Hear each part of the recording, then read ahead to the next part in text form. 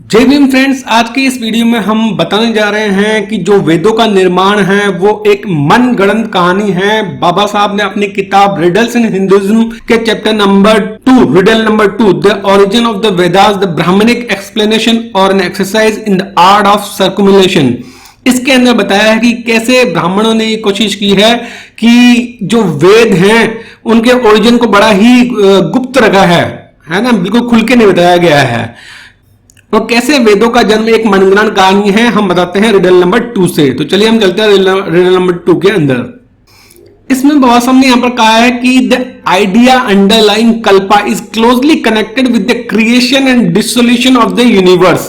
एक कल्प पूरा होने पर एक सृष्टि का निर्माण खत्म होता है और प्रलय आता है और एक दूसरी सृष्टि का निर्माण होता है। तो टाइम बिटवीन सृष्टि एंड प्रलय इस काल कल्पा, मतलब प्रलय सृष्टि का बनने, जब सृष्टि बनती है तब और फिर जब प्रलय आता है तब, उनके बीच के जो टाइम है उसको एक कल्पा बोलते हैं।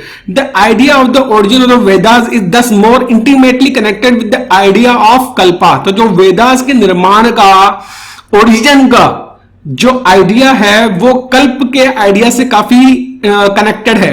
According to this scheme of things, what is supposed to happen that when a kalpa begins, creation begins. With the beginning of the creation there comes into being a new series of Vedas.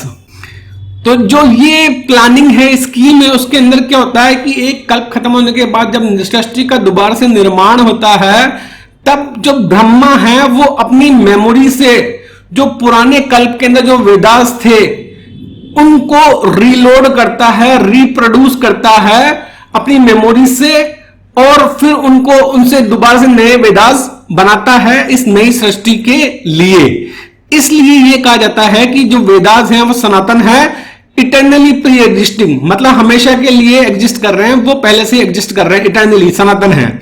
अब main question ये है कि जो कलुका भट्ट है वो कह रहा है कि भाई जो वेदों का निर्माण हर सृष्टि के निर्माण पे होता है और ब्रह्मा उसका निर्माण अपनी मेमोरी से पिछली सृष्टि में जो वेद थे उस वेदों की मेमोरी जो उसके दिमाग में है उससे रिप्रोड्यूस करते हैं। तो अब रियल क्वेश्चन ये आता है कि ठीक है रिप्रोड्यूस कर लिया आपने, लेकिन जब पहला कल्प स्टार्ट हुआ होगा तब वेदों का निर्माण कहां से हुआ होगा, तब वेदों का निर्माण किसने किया होगा। रिप्रोड्यूस कर रहे हैं आप, हर कल्प के बाद में सृष्टि का निर्माण हो रहा है, पहले सृष्टि का जो प्रलय आ रहा है, फिर प्रलय के बाद में निर्माण हो रहा है, निर्माण के टाइम पे वेदों का निर्माण हो रहा है और वेदों का निर्माण ब्रह्मा अपनी मेमोरी से पिछले कल्प के दौरान जो वेद थे उनको रीलोड कर रिमेंबर करके इन वेदों का, नए वेदों का निर्माण कर रहा है। तो क्वेश्चन ये है कि जब पहला कल्प था, फर्स्ट कल्पा, जब पहला कल्प शुरू हुआ उस वक्त वेद कहां से आए थे, है ना। Who made the Vedas when the first kalpa began? The Vedas could not have come into being ex, मतलब वेदास ऐसे तो है नहीं कि बिल्कुल जादू से कहीं से आ गए, है ना, ठीक है, बिल्कुल जीरो में से तो कहीं आ नहीं सकते, उनकी कुछ ना कुछ शुरुआत तो होगी ना। तो जब फर्स्ट कल्पा, पहला कल्प शुरू हुआ तब वेदों का क्या बोलते हैं ना, निर्माण किसने किया था, ये एक रिडल है, ये एक पहेली है जिसका जवाब ब्राह्मण कभी नहीं दे सकते। तो फ्रेंड्स, आई होप कि ये वीडियो आपको अच्छा लगा होगा। Thanks for watching the video. जय भीम।